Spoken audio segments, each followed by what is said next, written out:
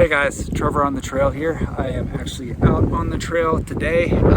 It is freezing cold and it's a bit windy, so I'm doing this on my iPhone instead of having the camera on a tripod and that falling over the mountain. But I'm out here. I'm going to be doing a video today once I get back into the warmth of my house.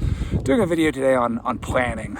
Be sort of my first YouTube video here. I'm excited to do it, but I thought I'd share sort of my location now because it's gorgeous out here and it has a lot to do with planning and how I sort of planned this out and got the sunrise that I really wanted. So I'm gonna flip this around and show you my view right now.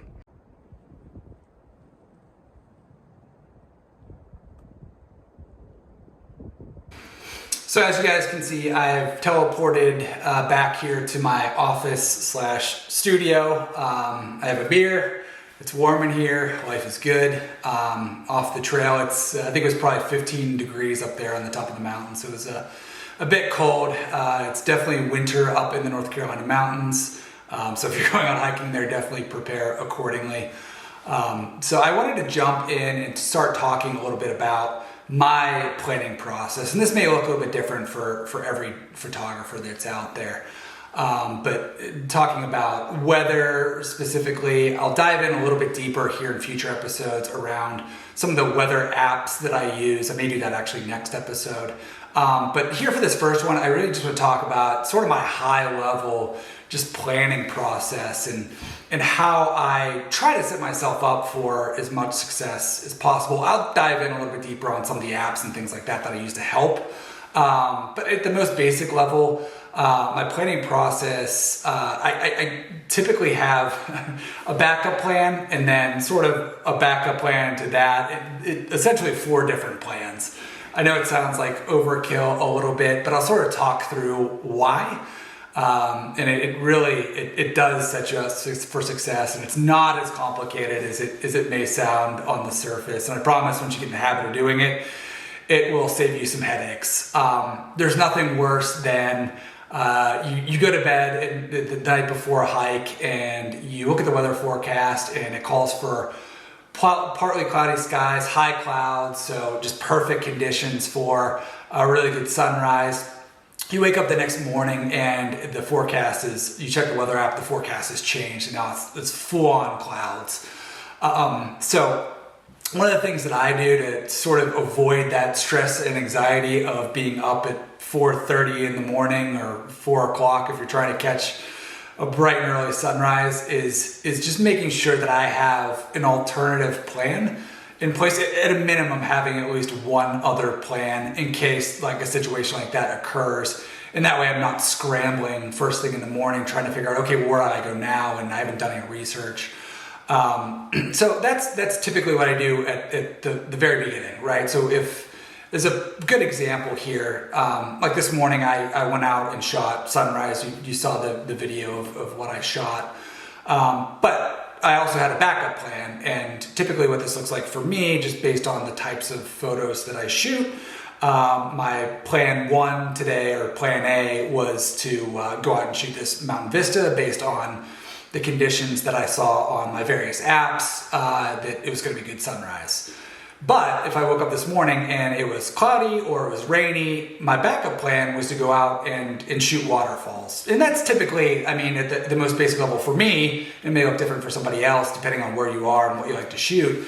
Those are typically my plan 1 and plan 2 on most occasions. It's either going up and shooting a mountain vista or waterfalls. There may be some other things that I throw in there. But that's sort of how it works out. Now I do include, I think I mentioned 4 total plans. I do include sort of a backup plan to each of those.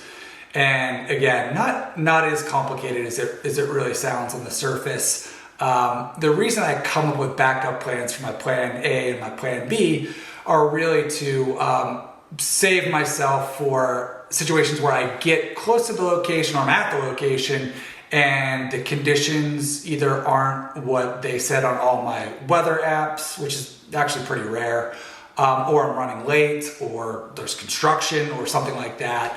I like to have backup plans that are in close proximity to those plan A and plan B, just again to safeguard myself and allow myself as many options as possible to have a successful day out shooting. I do have a corporate gig. Photography is not my full-time job.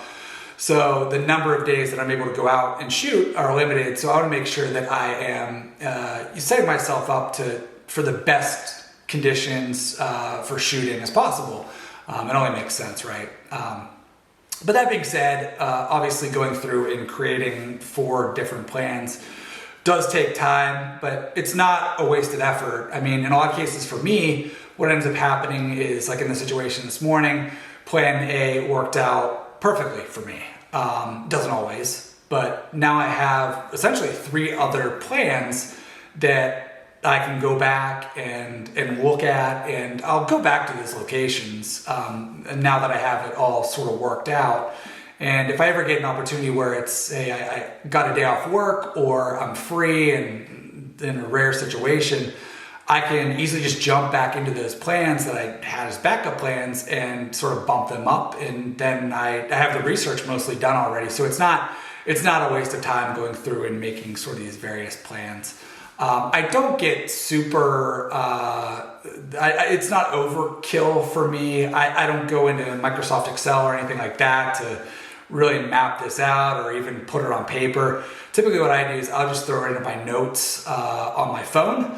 And that way, 1, it's with me right there on my iPhone, but 2, it allows me to sort of update it on the fly. And I do that a lot where I'll either put in for like plan A, I'll put in multiple different locations, and then like as I move through the day, I'll take things off, move things around, that type of thing. So it's nice just having it on the phone, and it's not a whole lot of work to just type all that in there.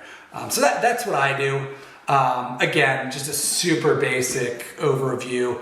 I think it's maybe helpful for somebody that's just starting out and wants to really set themselves up for success on their first couple of shoots, or maybe even you've been doing photography for a while and you just haven't thought about this type of planning process before.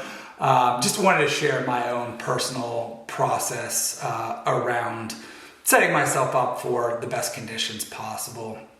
Like I said, I'm going to dive in here in the next episode, specifically around some of the weather apps that I use. I'll share that all up on the screen and walk you through some of the things that I use. Some pretty cool tools out there that are super useful, and I find them helpful in 90% of the time or 95% of the time.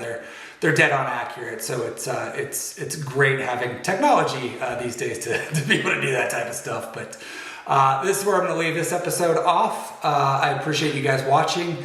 If you wouldn't mind and you like this first episode, go ahead and subscribe, like, and also leave feedback directly in the comments. I want to hear from you guys how you felt like this first one went.